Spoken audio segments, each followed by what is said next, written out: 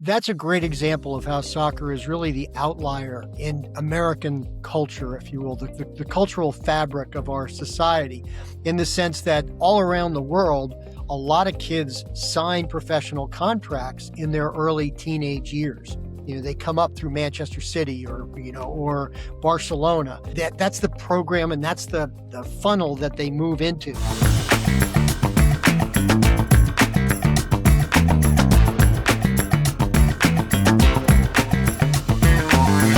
Welcome to Sponsorable, a podcast that brings together sports organizers and brand leaders to talk about the business of grassroots sports. I'm Garrett Shea, and I've spent the last 20 years in the youth sports industry, where I built nationally televised sporting events and corporate sponsorship programs. My guest today has led multiple national governing bodies, most recently as the CEO of U.S. Youth Soccer.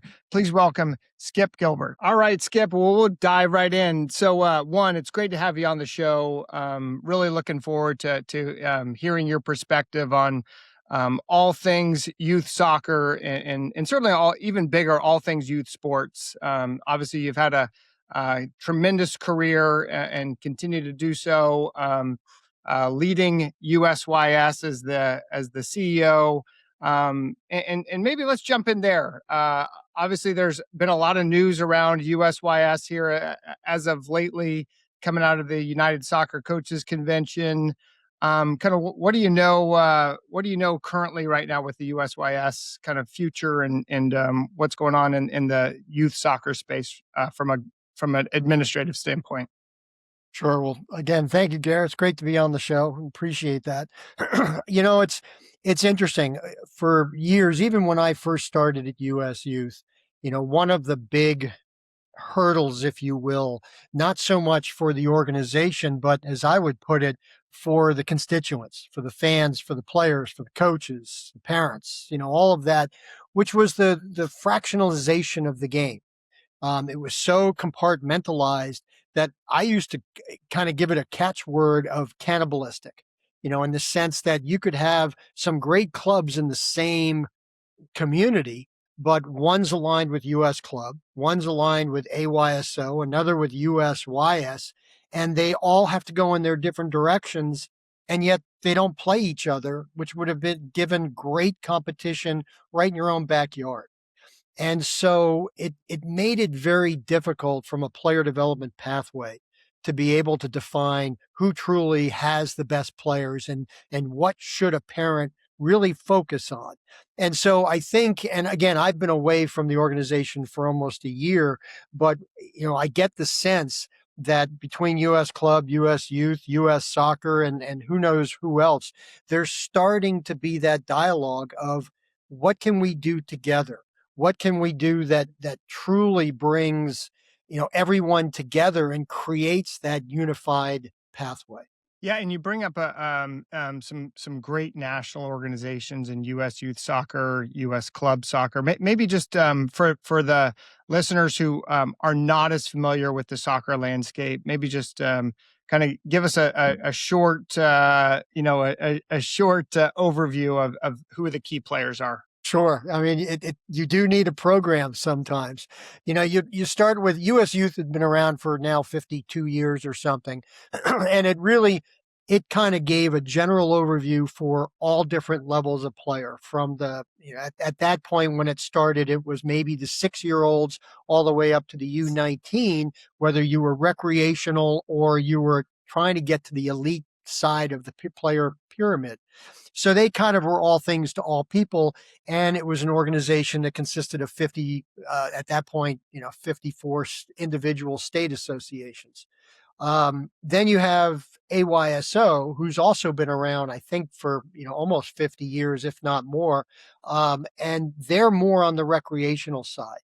They had a mission of all kids play, nobody sits, and we're just out having fun. And so that was really their core essence. US Club came in probably 25 years ago to try to really focus on the top of the player development pyramid with the elite players. And so those were really the three entities. You then have, over the last few years, a few other entries into the mix thanks to the structure of US soccer. You have SAY, which is again more on the recreational side. USSSA, which was more general. They kind of went from the lower end to the upper end. The GA came in for more elite programming on the girls' side. So there's, and then add to that, USL has its academies, MLS has Next. So there's a lot of fingers in the proverbial youth soccer pie. To your point, you do need a program to kind of, or some sort of a diagram to try to figure out kind of who does what and how do they all fit in it. And I think to your point also, the duplication of efforts is there, which is never never a good thing. I had a chance to read one of your articles, and you talked about soccer compared to football. And you make a great point. Whereas football at the high school level, all of the best players are playing at high school football fields across America, so they have a chance to play, best versus best, and compete.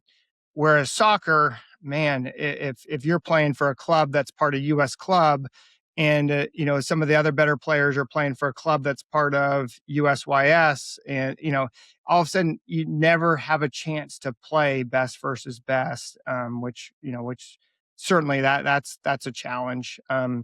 What other challenges do you see, as you look towards the growth of soccer and the future of soccer? It's that proverbial when you're lying in bed at midnight staring at the ceiling going, okay, what's going to derail us next week? One of the biggest challenges, I think the sport is going to have to kind of come up with some strategy behind it, um, is flag football. I was at home last weekend, and NBC ran a telecast, and I'm sure it was an infomercial from the NFL all about flag football, its entree into the Olympic Games in Los Angeles. And I mean, I used to joke with some friends of mine at other national governing bodies that, if I were Roger Goodell, and I would give Taylor Swift $1 billion to play flag football for one season, because you would have every girl in the world playing flag, and where the girls are, chances are a lot of boys are going to follow. So, they've got a huge opportunity there to do it, and to do it really well. The other element, and I think to your point, just what previous was, you talked about the difference between club and high school, and club soccer has really taken root in the United States. And I grew up playing club, but I also played high school. And at least, years ago in my day, when we played for a state title, the entire school and a lot of parents came out to watch the game. At my club, at best, I could tell you how many people were in the stands, my one hand.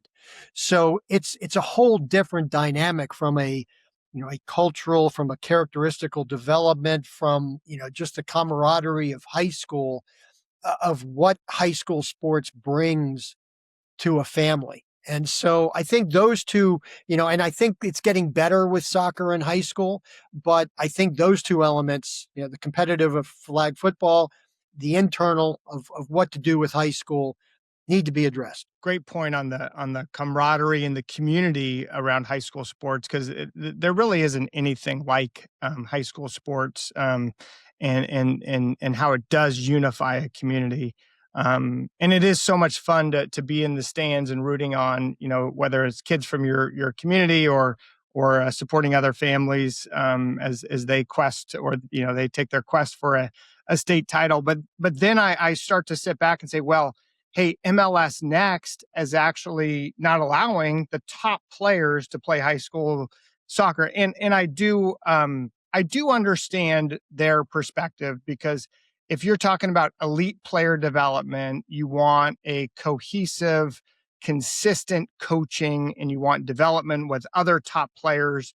So I do see that, but I also sit back and say, man, it definitely, it's got to detract from the sport, because when X high school goes out and they're like, oh, well, hey, they had a 500 season, but they had 3 kids that couldn't play because they were playing MLS next. And that to me in sport is somewhat at these younger levels.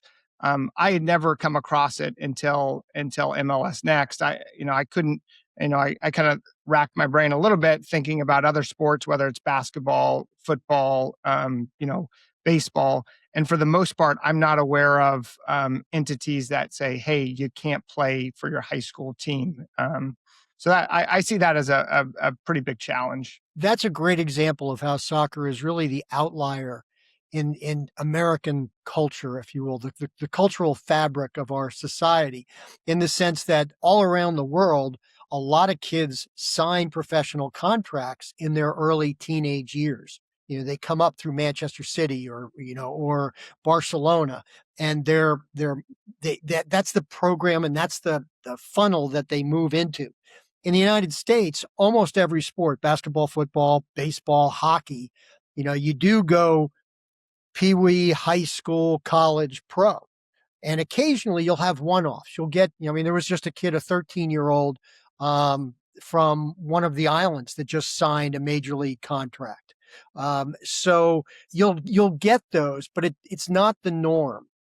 And so from that standpoint, it's hard to say to MLS, you have to change your beliefs to be able to include high school.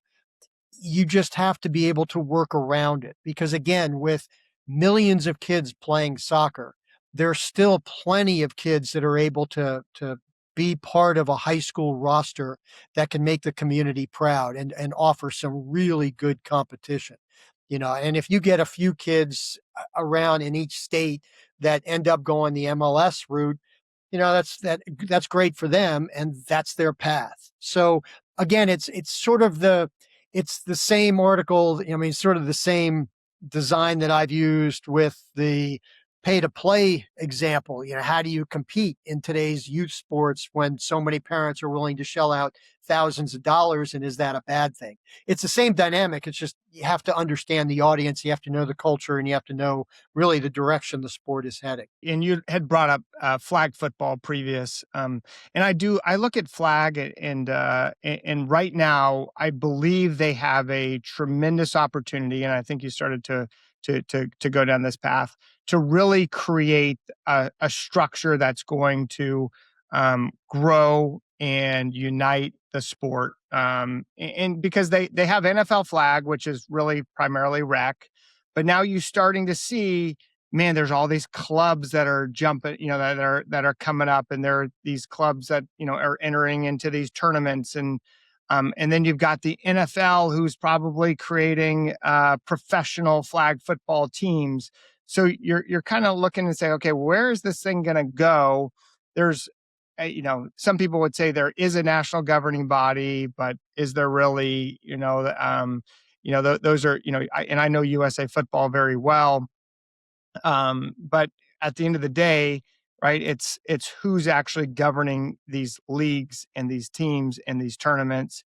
And that's where, they don't have, it's kind of, it is the wild, wild west. Have you taken a hard look at flag, looking at done any sort of consulting or work to help them think about how are they going to build and create the structure that they need to hopefully have the sport grow? Yeah, I haven't done any consulting work with him, but I've had lots of discussions with Scott Hallenbeck, who's the CEO of USA Football, and great guy, incredibly intelligent into what the sport needs in order to grow. And when you look at the playbook for something like that, and I believe they're using the American development model of coaching, which was designed by USA Hockey and the U.S. Olympic Paralympic Committee, which is a really fundamentally strong tool for player development throughout the course of a from a 6-year-old right up to a 19-year-old.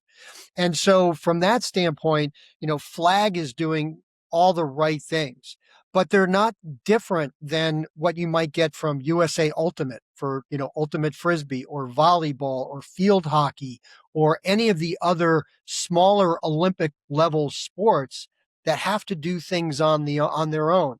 The big difference with flag football is they have the power of the NFL.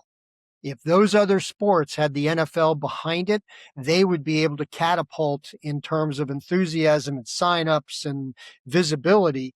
But, again, USA Ultimate isn't going to put a 30-minute infomercial on NBC on Sunday afternoon for millions of people to see. They just don't have the financial bandwidth to do that. The NFL can do that. Great point. And that's at the end of the day, the NFL is the driver. That I still go back to, though, the challenge for USA football is, yes, they do a nice job providing coaching resources. They have a really good brand, but how are they actually impacting and governing, if you would, clubs and or leagues? Because as of right now, most flag football leagues that I'm aware of are like the park and rec leagues that are hosted locally. There's not a right.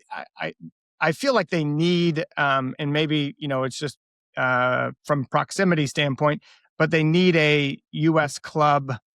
They need some sort of a national model that's going to say, all right, if you want to play flag football, you've got to register your team or your club, whatever it might be, and all of those players underneath our umbrella, and we will do X, Y, and Z to support you. Unfortunately, with USA Football, they just they've never been able to launch into that kind of administrative position. So they do put on events, they field the national team, but at the end of the day, right? I mean, that's like 1% of flag football. Like, how do you get right? If I'm going to impact a sport, I want to get to how am I going to impact the 99%? And I go, soccer. I go back to it's the state soccer associations as of right now, and I realize that the national challenges with the U.S. state soccer associations, but I see tremendous value in what they can drive locally, and how they have, at least from a local perspective, impact and grown the sport locally. Like, and you vacillate between flag and soccer because I think flag is right now just in a unique spot where nobody has set the standard, so somebody can step up and create it. Whereas soccer, I mean, they're having to navigate many years of infrastructure and administrative policies, et cetera, that people have put in place. So it is different, but ultimately it is, at the end of the day, somebody's got to lead. You'd hope somebody's going to lead flag football, or else it's going to, it's going to have, it won't have the organization or the infrastructure that we hope it will. So one of the dangers of having, your parent, the NFL, with all of their marketing dollars to be able to accelerate the growth. Again, organically, if you look at some of the other NGBs and how they do it, they do have to go almost systemically, in the sense that one community at a time, one state at a time. You look at USA Hockey, and USA Hockey was very state run, bottom up type of a model. And then a few years back, they flipped it and created a centralized where everybody has to register with USA Hockey, and then it filters down into your regions or states or local leagues. And so, again, not knowing what Scott's doing with USA Football, but they're building all the right blocks. They're creating the connections with the high schools. I think they announced last week that flag football is now an emerging sport with the NCAA. So that's one step closer to the NCAA using flag football as a championship sport, which is huge for any sport.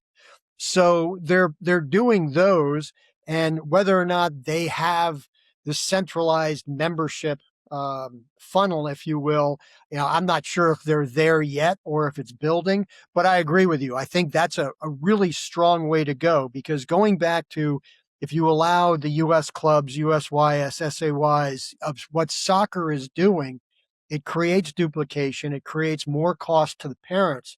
but I'll put my safe sport hat on, is that there's also the danger that when you get adults and some bad apples, that if you don't have shareable databases and if you're not working together in unison, if you have a coach that's doing bad things that suddenly leaves US club and goes to USYS or vice versa, they might fall through the cracks. And if it's all one centralized, that eliminates necessarily those potential cracks. So again, it just depends. Every sport is different. Every sport has its nuances. And you just hope that, as they go through, they're looking at all the checks and balances to ensure that the experiences for the kids are great. And there's some checks to make sure that the adults are doing all the things adults are supposed to be doing. I'd be remiss if I didn't ask this question. Being on Sponsorable, we're a podcast about the business of grassroots sports, and certainly have an angle towards sponsorship. But I hear a centralized database on a national level. And one of the reasons why I always applauded what U.S. Soccer and USYS had done, and I don't have the exact timeline, but at some point the decision was made, hey, we're going to cede the power to the state soccer associations, and we're going to give them the autonomy to decide who are their commercial partners, right? Whereas state X wants to have Nike as their official uniform and apparel partner. State Y wants to have Adidas as their partner, and state Z wants to have Puma. So everybody can pick and choose their commercial partners. When you centralize a database, are there concerns that all of a sudden now all of that data, all of that corporate, the corporate decisions are then are held by, or the corporate marketing is held by the national entity, and they kind of cut out the states at some point? I mean, that's a very realistic and a very appropriate question for the states to consider, because most of the time when you look at some of the state, if you have 54 state associations, most of them don't have the numbers to be able to generate a Chevrolet to come in as a sponsor. You might get a dealer to come in like they would with a local team, but they don't really have the ability. They can't generate the eyeballs for a Chevy to come on in and say, let's do something. Where from a national perspective, they do. When I first started USYS, a friend of mine sent me a report that he had written as the activation director for General Motors after their sponsorship of US Youth. And they said, never again will we look at US Youth as a sponsorable entity, because you have 54 separate entities that we have to have contracts with. Everyone is different. Everyone has different rules. And it's just, we could buy a 30-second spot on Letterman for the same price and reach many more people. So, it's depending on what you're trying to do from a sponsor perspective. Either the state associations can be a great avenue to be able to really drive into the local, or the national entity is a great to be able to generate awareness, eyeballs, and a much larger footprint for your activation strategy. Sure. And as you look at, the state soccer associations, maybe just define for our listeners, like what is the role of a state soccer association? Sure. The state association is really the boots on the ground in your state, to be able to register, to be able to run the leagues, to all of the coaching education, referee education. You'll have there's insurance that the states offer, the excess medical insurance. They truly are the administrative arm of the sport within that geographic area. And again, 50 years ago, you really needed that because of all the paperwork that was being, when you signed up, it wasn't on the computer. You had to fill out forms, and it went, and they had to be able to check, and you had to show up to the games with your card in hand.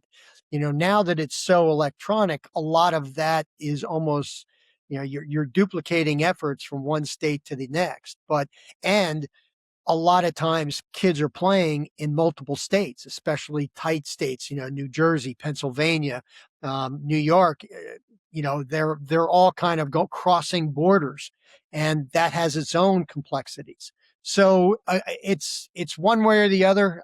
They're a great benefit, but it also could be better. Yeah, and I like the state model also because there are paid professional staff, local or in your state, depending on in the larger states, as you know, the USYS is broken up into two. Like Texas is such a big state.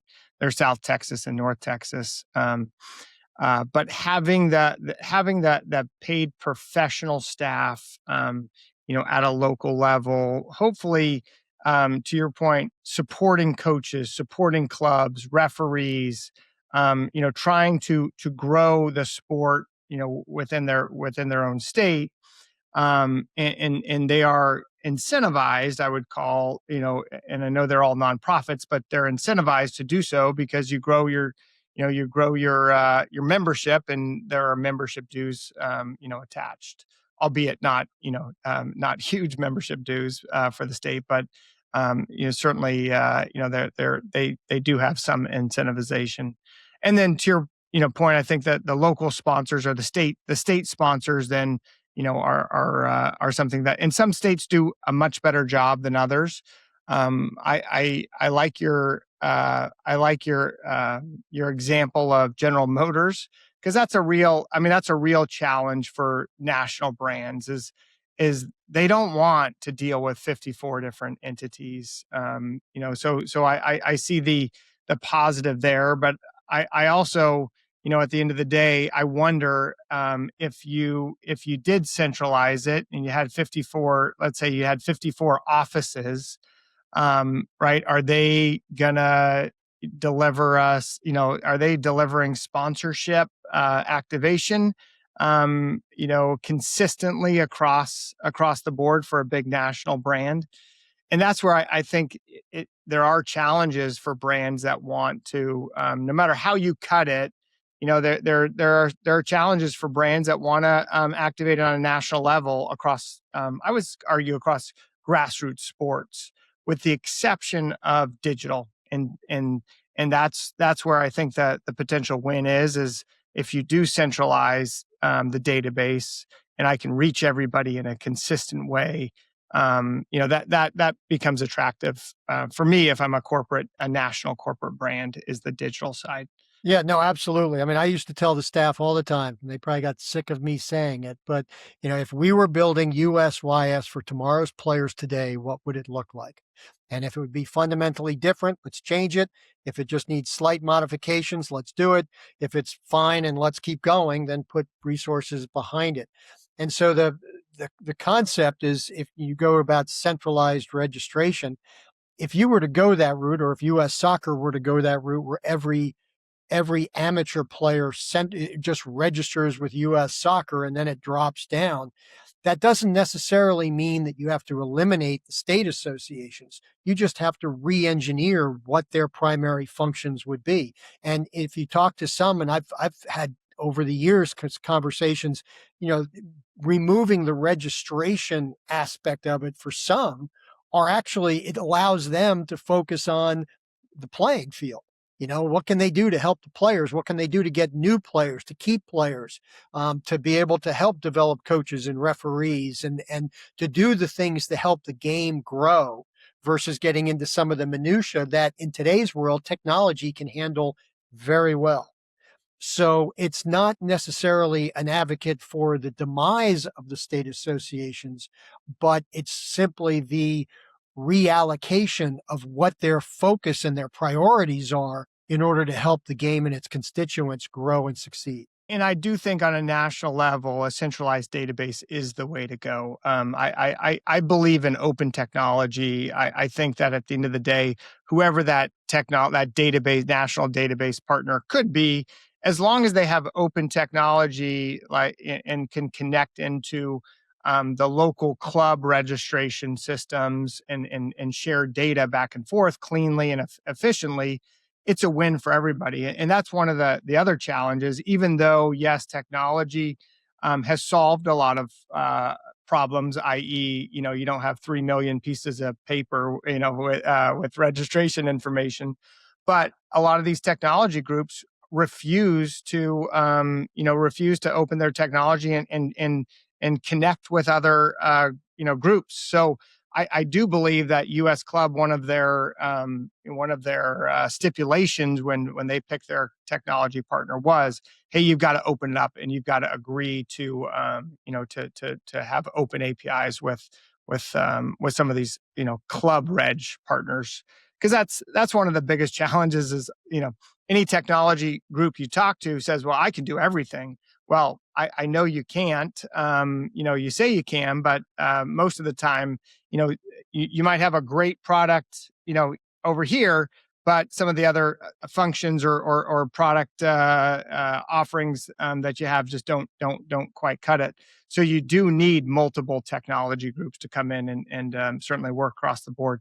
Now, if that happens, I do see a world where, yes, national database, connecting down to the local club level, sharing data back and forth, it it definitely becomes a better experience for all. And to your point, now the state associations can do things. I know a lot of their time and energy is spent on the registration side, and that can certainly be challenging. Sure. And to your point, yeah, a few years back when we were going through a database renewal, if you will, we had an RFP out there, and it was amazing how many of the companies that would come in and say, "Oh yes, we were very open and want to share." And when you start to drill down, they clearly put the walls up and say, "No, no, no, no, no. That group over there, they can't have access to what we do." So, and it will be a challenge because, again, with all of the different groups, especially in youth soccer, the registration dollar is what allows them, many of them, to keep their lights on. And if you have to play with that, that's a bit difficult. And, US soccer ultimately gets the 3 million kids that are registered through all of its family of sanctioning bodies. But the downside is, even if US soccer were to say, we're going to just do it as a centralized entity, they might lose a 500,000 kids because those kids are multiple registering, and so it becomes that argument, is this a revenue play? But, at the end of the day, the centralized, I'm a big advocate of it, for a number of different reasons, but certainly for simplicity. And as we had said at the very start, there's a clear path for football, baseball, basketball, and hockey. And in soccer, as I like to call it, you've got a bunch of spider webs all coming together, and you're telling the parents, figure it out on your own. Good luck to you. And Skip, you brought up a duplication of registrations. Just explain that one real quick. If, let's say, I'm a player with USYS and I'm playing in the National League, and my club also has teams that play in ECNL for US Club. Well, if I'm going to play in an ECNL game, I can't take my USYS registration. I have to have an ECNL card. And so therefore I have to pay to register with that club. There's no shared services here. And then if you're AYSO Select or USSSA, if you're in a big club that's playing teams in multiple areas, and you're a kid that's being put in a couple of different slots, you might have to have 4 player cards. And it's unfortunate, but it's the cost of doing business. The other piece I would note, which I think is very valuable if you had a centralized database, is at some point you have a really good data set on participation numbers, right? And especially when you think about drilling down to gender, age, geography, and to be able to analyze those numbers year over year and know that they're consistent. And to your point, you don't have 500,000 kids that are duplicates. Then I think I see a huge benefit there, just to at least have good data, and I think that's so important for national governing bodies. And there are other sports that have effectively done I always look to like USA lacrosse, USA field hockey. And I know they're not as big, but man, they've done a really nice job getting with their clubs and making the clubs really drive. Hey, you got to, and the events, you got to have a USA lacrosse membership. And then that tournament registration connects into the national database, and it does become a very seamless process for the parent user. And again, using soccer as the model in today's world, it would be a disruptor to go centralized, because if you think of the economic model of today's game, there are so many kids that are playing at the elite level and they're flying all over the country in one competition or the next. The thing with a centralized is, again, going back to, if you look at New York, and again, I grew up played in New Jersey and Long Island, and you wouldn't need, you have US Club, the National League, all the different sanctioning bodies, but they're going all over the country to play other teams when they could just be playing teams in their backyard. And so you would start to minimize the number of necessary travels, but having that centralized data and being able to keep an idea of, how the players are doing. There are so many players today that are part of that elite network, but they're never going to see the light of a D1 college team, let alone play professionally or for the national team. And the parents truly believe that they will, but if they actually understood their player from a playing dynamic, they should know that they won't. And unfortunately, we're constantly fueling those dreams because of the disjointed nature of how we're structured. And so from that standpoint, that would truly help be able to define and identify the best players. And it might help keep some of the best athletes in our sport. I mean, we used to joke all the time. Could you imagine if our national team had 11 LeBron James? I mean, we'd be unstoppable.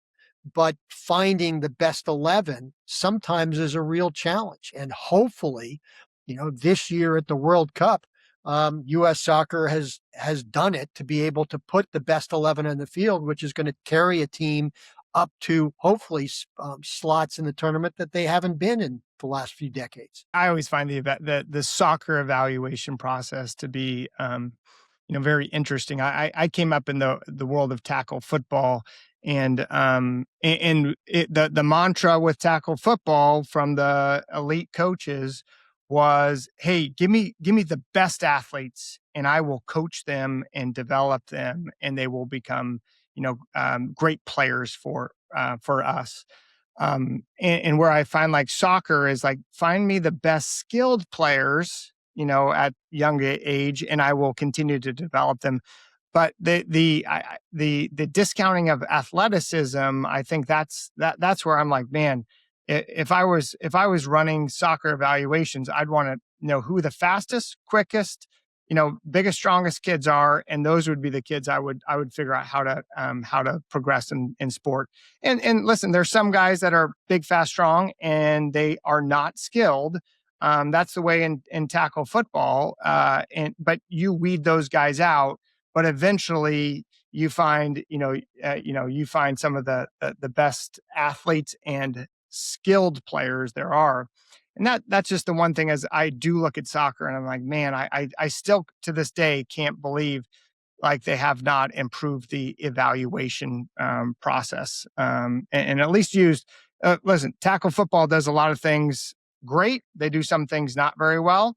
I do think their evaluation of talent and their philosophy on find me the best athletes and then we will teach them, tends to be the best way forward.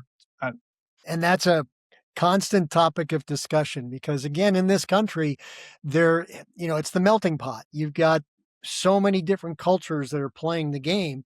And in each country around the world, they all have their different styles. And we sometimes bring coaches in from other countries and say, all right, this is going to be the American way. I mean, again, I think I was day 4 or something of my tenure back in 2020. We were at the coaches convention and US Soccer brought in someone from the Netherlands to talk about their style of play and how US should adapt this moving forward. And they went around the table and asked everybody their opinion. And I'm never shy, and to offer my opinion, even if it's not really popular. But I said, nobody can argue the Dutch are fantastic, and you guys come out with some incredible players, but you're the size of Delaware. How do we take what you do and apply it to a country this big? It's just we need to come up with the American model of soccer playing and be able to identify and correctly identify the best players and be realistic in doing so. And, unfortunately, you've got so many kind of cooks in the kitchen these days that it's hard. You've got some great players out there, and there will always be great players coming up through the pipeline, however it's built. But one might argue that if it was, again, building the structure for tomorrow's players today, might we come up with truly better players than what we potentially could have? One of the other statements that you had made in one of these articles that I had read, that you had written, was the importance of multi-sport athletes for soccer players under the age of 13, which I think is such a, and I use that point as both because I look at the NFL players, and every year one of these stat organizations comes out with, hey, there were 32 first round draft picks and 29 of them played 3 sports or more in high school. Right. And so you're just like, and I know that they're all multi-sport athletes, certainly before high school, the fact that they're, in high school being a multi-sport athlete. And there's so much positivity to playing multiple sports, from your movements to, at some point making sure that that you're not having overuse injuries, just to your overall, athleticism. Maybe because that is not a popular opinion in the soccer world, right? I mean, it is. I mean, all I've heard is if you're going to be a great soccer player, you've got to play soccer 24/7 by the 6 years old on, which I could never get behind either. Yeah, that takes me back a bit when I was in USA Swimming, and we would sit around with the National Governing Body Council, and I think at that point, a lot of lights were going on across all sports, that it's easier to have kids that are 12 months in your program than 3 months to coincide with the school calendar, for the fall season, or whatever it might be. But I go back to my days at U.S. Tennis when I helped to run the U.S. Open, and I was sitting at my very first Open watching Andy Roddick warm up, and he was a great American tennis player, won the U.S. Open, was a phenomenal player, and I was standing with our chief medical officer from tennis, and I looked at it and I said, I can understand, our women are the best in the world. Serena Williams at that time was in her heyday and was just dominating the courts. And I said, why is it that we don't have consistent men in the top 5 in the world? And Brian Hainline looked at me and said, you're watching Andy warm up. You tell me. And so I watched him. I said, well, technically, as he warms up, he proficient, he's got, all of the skills of a tennis player.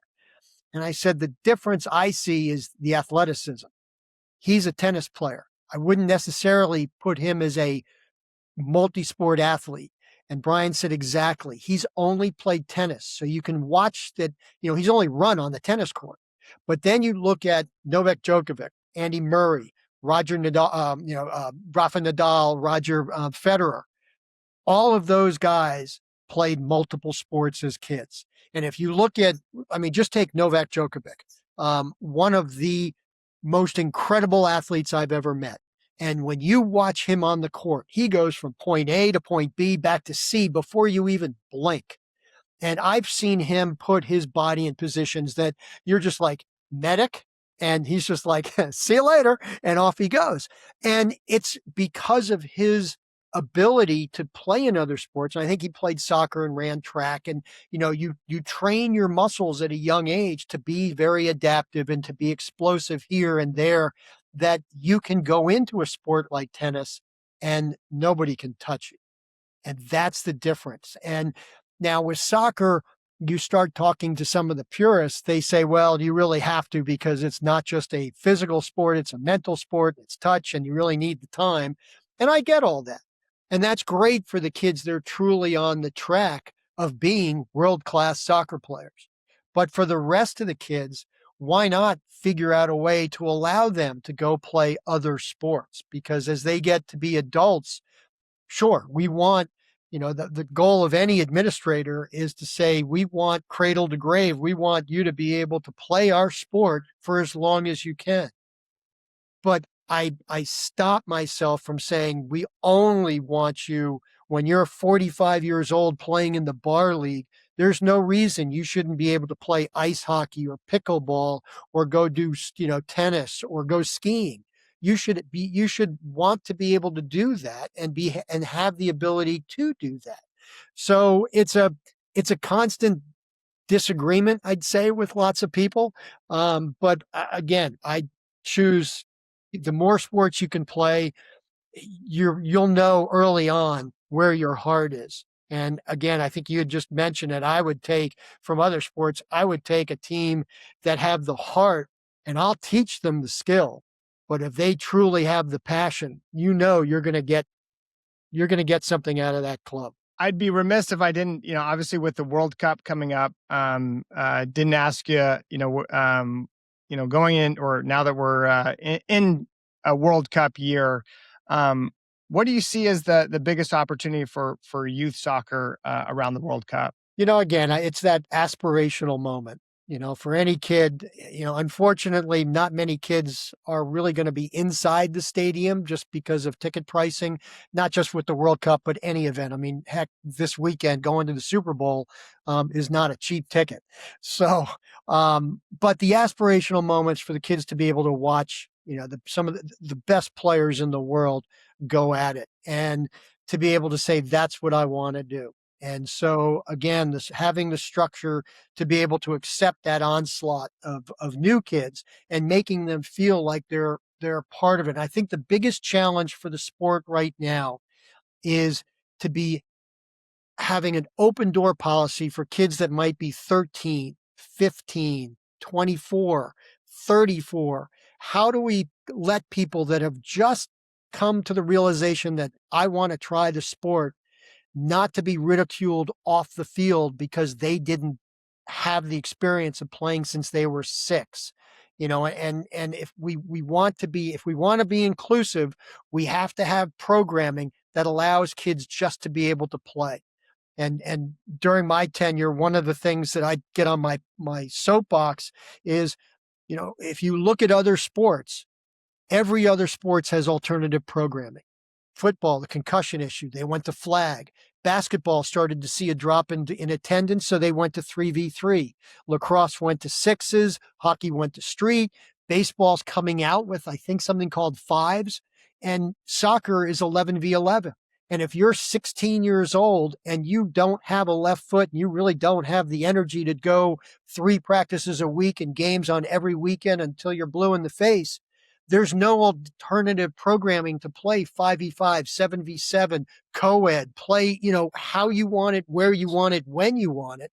If we could create that level of programming and be inclusive for all those kids and adults that just want to go out and kick a little bit, the numbers will go through the roof. And I'm gonna switch gears for us here and talk about one thing, and I'll let you pick or choose which national governing body you want to pull from on this one.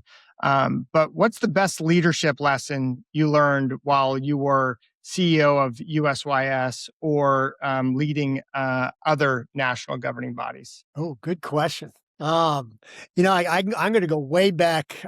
When I was what would have been the chief marketing officer for USA Swimming, we were presenting to the board, and I presented some strategic plan, and I put everything in it and all the dollars and cents. But I also kind of went down the road of, here's where it could get derailed.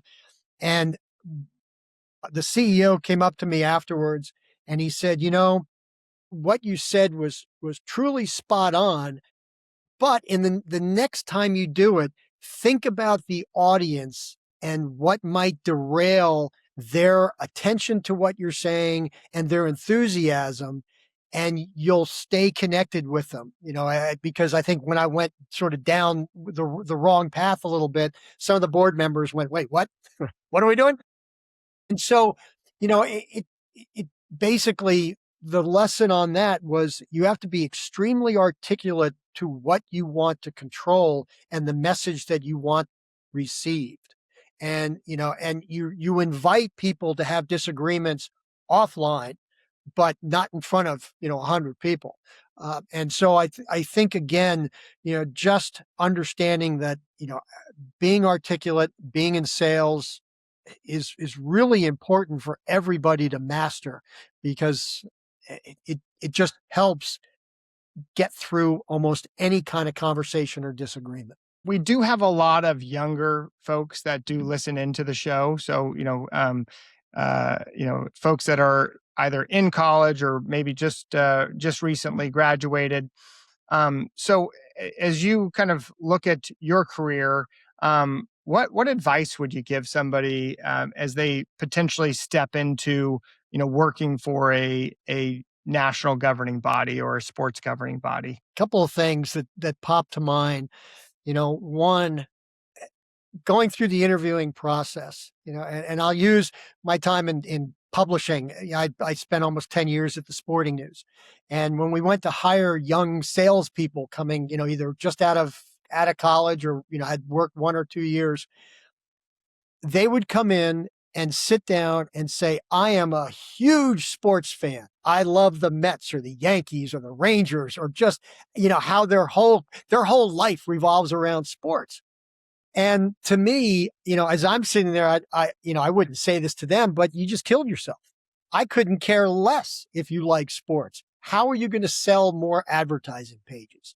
And so going in, when you're selling yourself, it's not you're selling your beliefs and what you are. It's how are you going to help whatever the company is, whatever the role it is, how are you going to be able to achieve success? And, and then the second aspect, and I say this every time I joined, a different NGB with the staff, how many people are in sales? And usually just the salespeople raise their hand. And so for people coming in, especially, younger in their career, get some sales experience, take a job in sales, or, get a course on sales, because everybody is in sales, even those that are not you go down the hall and talk to a colleague about a new idea, you're selling that idea. Everything. If you want to go get a raise, you don't just walk in and say, I want a raise. You have to sell it. So it's your boss's idea that you're doing so well, you deserve more money. And so from that standpoint, you know, taking a sales bent can really help right on through your career. Outstanding. So Skip, obviously we got a lot of different, types of listeners who are tuning in. If they want to get a hold of you, they want to connect with you, what's the best way for them to do so? Yeah, I guess the flare gun in the sky doesn't work anymore. But I mean, they can reach me on LinkedIn. As we kind of wrap up our podcast session here, anything that you want to address, anything that you want to go through as we kind of conclude here? Given the fact that you'll have a wide audience, so again, I've had a tremendous career. It's not over yet, but I've had a tremendous year up to this point. And you go into everything eyes wide open, and don't be afraid to say what's on your mind. Don't be afraid to challenge the norm, because you always want to see, especially if it's in sports, you want sport to improve. And I always say that I'm not in the business of sports. I'm in the business of helping dreams come true through sport. And, taking that attitude and taking that perspective, really helps put things into perspective and helps you kind of move through whatever the challenges are that you face. Outstanding. Well, Skip, thanks so much for coming on to Sponsorable. It's been great to have you, really looking forward to seeing what's next in your career. Well, thank you, Garrett. Appreciate the time and certainly wishing you all the best in 26.